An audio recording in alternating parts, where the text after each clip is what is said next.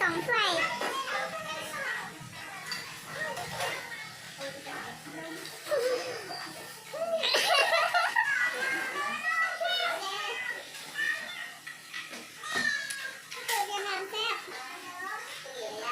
แซ่บมากเด้อ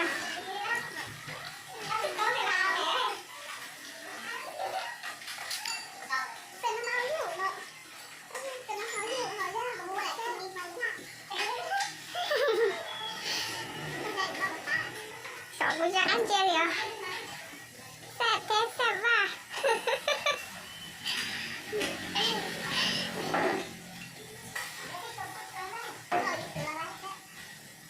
ยูทูบอะไรมาเยอะ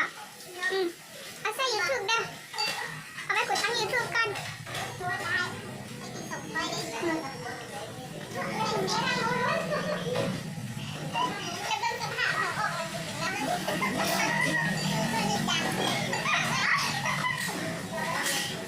จีดังเนาะ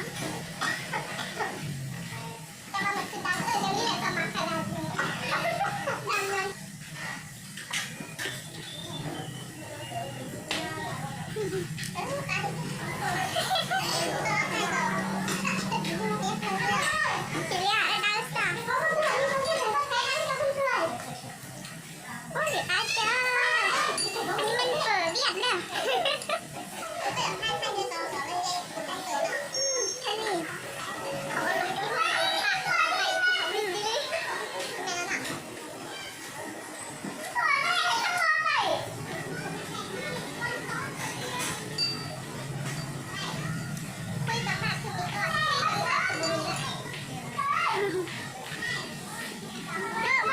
ที่ไหนที่ไหน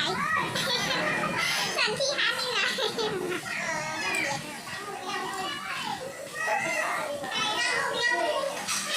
นเจียงไหนครับพี่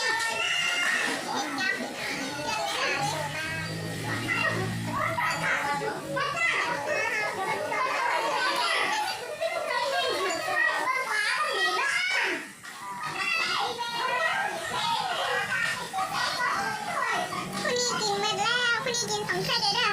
คุณนี่กินถ้วยนี่กับกินข้าวแดงกิน2 อัน